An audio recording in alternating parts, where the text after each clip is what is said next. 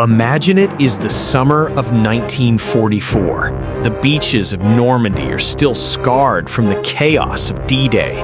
American troops are fighting their way inland through the deadly hedgerows of France. Hitler's generals are on high alert, convinced they know exactly where the next big American push will come.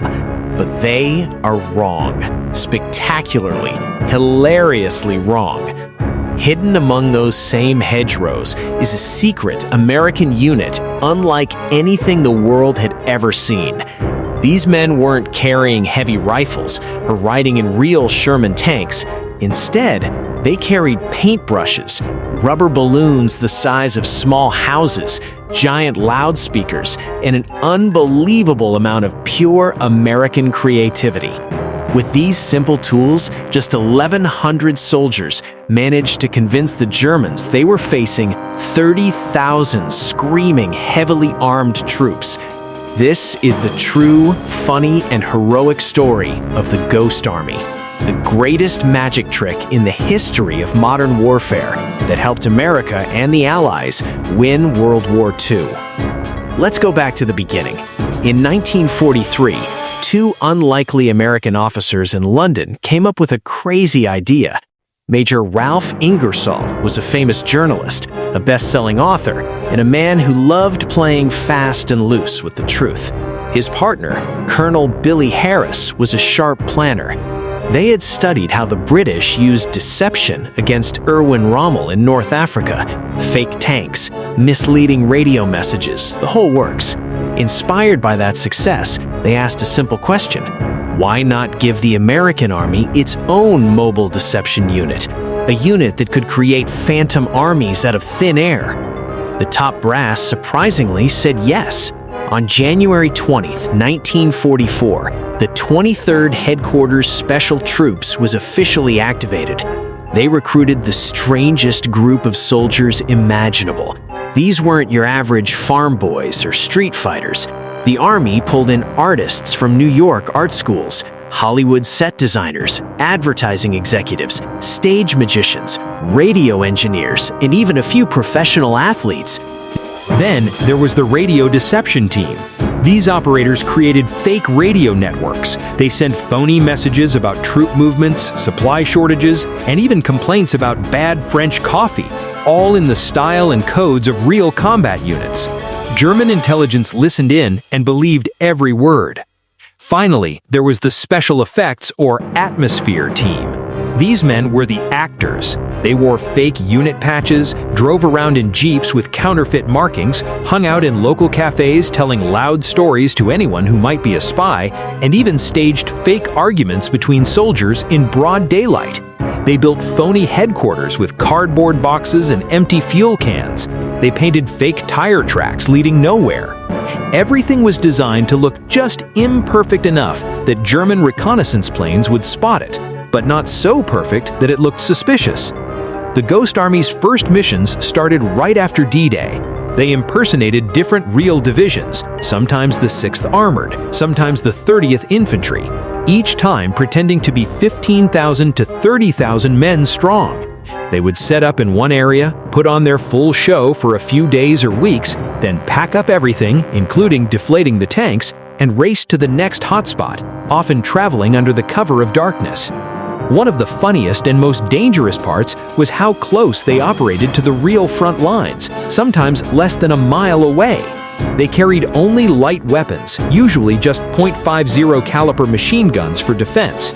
If the Germans ever figured out the trick and attacked in force, the Ghost Army would have been in serious trouble. But their deceptions worked so well that the Germans rarely suspected a thing.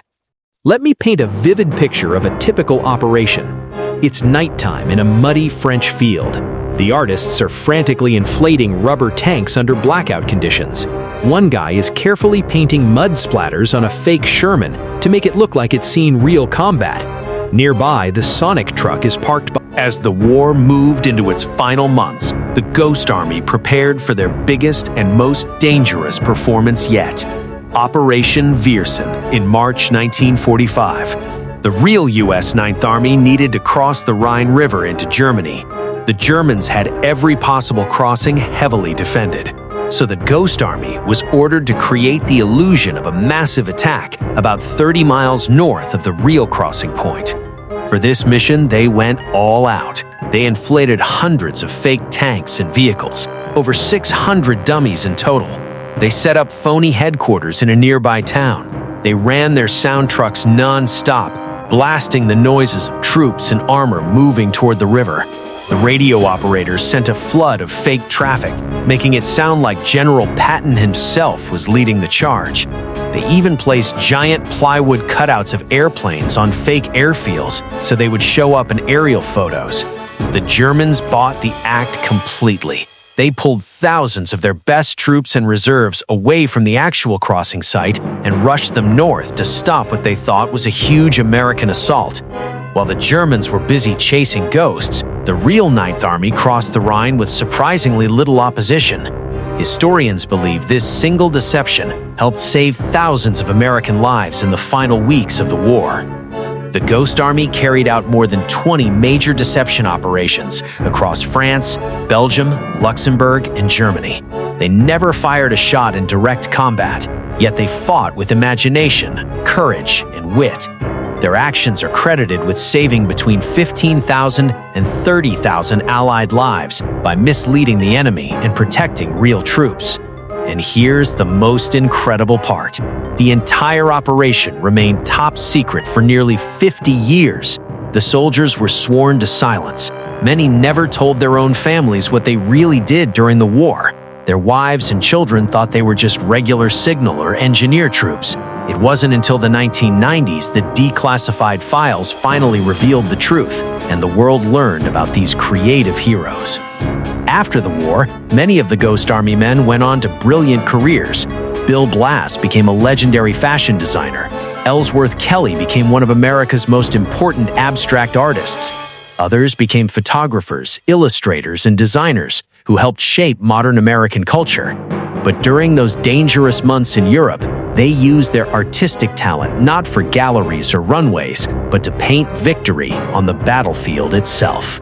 So, the next time you hear someone say that wars are won only by bullets, bombs, and brute force, remember the Ghost Army.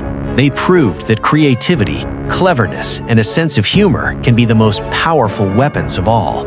In the middle of hell, these artists turned the battlefield into the greatest stage show the world has ever seen, and they helped win the war while doing it. America didn't just win World War II with muscle and firepower. It won with imagination, with wild ideas, and with the kind of unpredictable, brilliant thinking that only Americans seem to pull off when everything is on the line. The Ghost Army reminds us why the United States has always been the most creative, most entertaining, and ultimately most dangerous nation when freedom is threatened. This story should make every American proud. These weren't super soldiers with fancy gadgets. They were regular young men, painters, designers, sound guys, and dreamers who used rubber, paint, records, and guts to outsmart one of the most feared armies in history. If you're watching this from anywhere in the USA or around the world, hit that like button if this story blew your mind. Subscribe for more hidden chapters of American history that they don't teach in school. Drop a comment below. What other secret WWII story should I tell next? The Ghost Army had many missions full of laughs and close calls. Should I dive deeper into Bill Blass's adventures, the Sonic truck stories, or another specific operation? Because trust me, there are plenty more where this came from. Wars aren't just fought with guns. Sometimes they're won with balloons, brushes, and pure genius. Thank you for watching. Stay curious, stay creative, and never underestimate the power of a good idea, even if it starts as a rubber tank bouncing in the wind.